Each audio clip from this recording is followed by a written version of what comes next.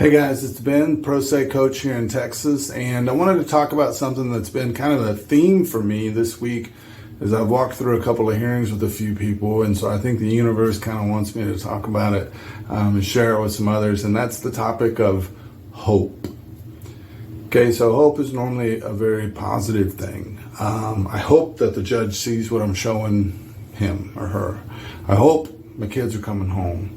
I hope this hearing goes well. I hope my child support gets set appropriately. I hope they take me off supervised visits. Hope. You know, you convince yourself that things are going in your way. You've got the evidence, you got the arguments, you're prepared. I hope for good things.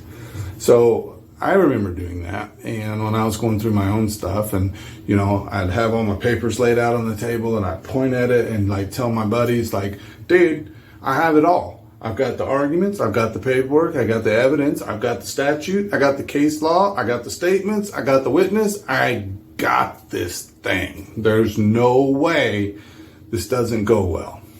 I had a lot of hope. And then so that story would end with me bawling my eyes out on my steering wheel in the courthouse parking lot because it wouldn't go the way that it was supposed to go. And so it's really difficult because the hope kind of gives you gasoline, right? To get through the week and to do the preparatory work and to do the things. So you got to have hope. You got to believe that it's going to work. But then it's also just absolutely shattering to you emotionally when you don't get what you're supposed to get. You know, opposing counsel throws a curveball. Somebody lies on the stand. Your judge doesn't follow the law, which is more often than not. And all of a sudden you're left standing there going, what the hell just happened?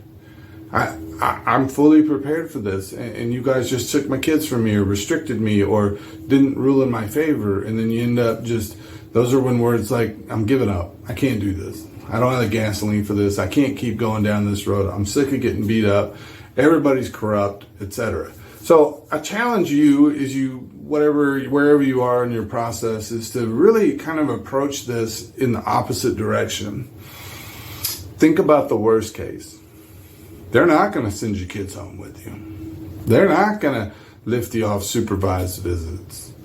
They're not going to let that guy testify who's going to say, you know, what you need him to say because good things are going to happen to you. It ain't going to happen. What is the worst case scenario for you? Well, I'm going to walk out of there with stupid high child support, which is illegal.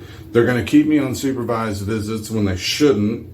And I guess they're just going to kick the can down the road. That's my worst case scenario based on my current situation. Okay, get real comfortable with it. And I hate to do it that way, but get real comfortable with it. Process it, receive it, dwell on it, you know, pray over it, do it. Because get comfortable with what might happen, not what you hope will happen. So if you're comfortable with the worst case scenario and you're asking for 10 things, right? And your worst case scenario is that you get 0 things, but it turns out at your hearing you get 3 things, it's better than 0 things. Your perspective changes a little bit, you know? Because hope is brutal. Hope is so debilitating to people because without hope you have nothing. If you really don't think anything's ever going to change and that you're just doing a fruitless journey through torture, you're not going to last long. So I understand the necessity for hope, but you got to temper that with potentially reality. You know, this is family law. There's no law anywhere in family law. Yes, I know there's a book called Texas Rules of Civil Procedure and it's this thick and people talk about it and read statute from it. It is violated more times than it's followed. Nobody follows it. Judges have so much discretion over there here or over there based on their feelings, based on their, well, this is in best interest. They have complete immunity from anything. So if they violate your rights, screw you. So with these in mind, understand that anything can happen. You can cite case law until the cows come home. Doesn't mean the judge has to do anything.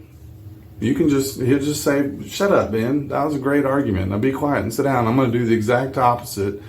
And then I jump up and down and go, but TRCP rules say, and he goes, seriously, shut up, zip it, don't care. And so those moments are the moments that are dark. And they were really dark for me. And I'm sure they're dark for you, because you develop hope. You try to follow the rules. You're learning. You're staying up late. You're stressed. You're anxious.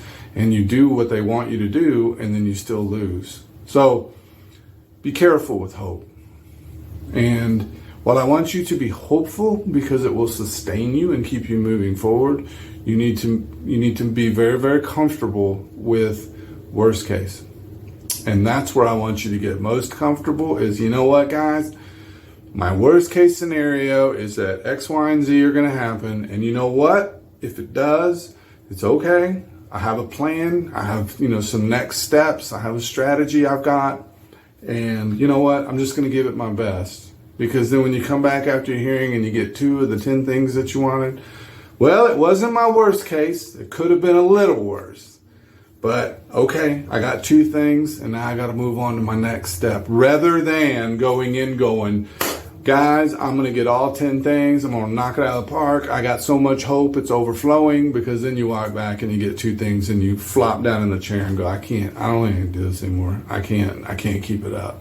So I hate to share all that because it's kind of a crappy topic, but I had 2 guys this week that had a lot of hope.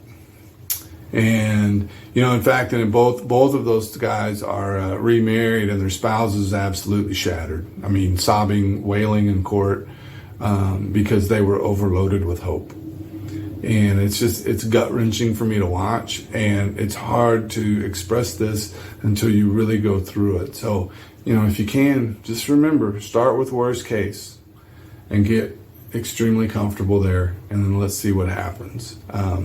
Anyway, guys, thanks for listening. Again, my name is Ben. I'm Pro Se Coach here in Texas, and I also have the Pro Se Coach University. You can find me as well as the school at prosecoachtx.com, the university one-to-one coaching I do to help you through your journey. And I've been doing this for a while. And then I also have, I think, 7 or 8 or 9 courses that you can do online, from temporary restraining orders to modifications to enforcements to a bunch of things. And it's a lot of videos like this of me explaining things to you, as well as all the documentation that you'd need. So anyway, I hope you check them out. Reach out if I can ever be of help, guys. Thanks so much. Y'all have a great week.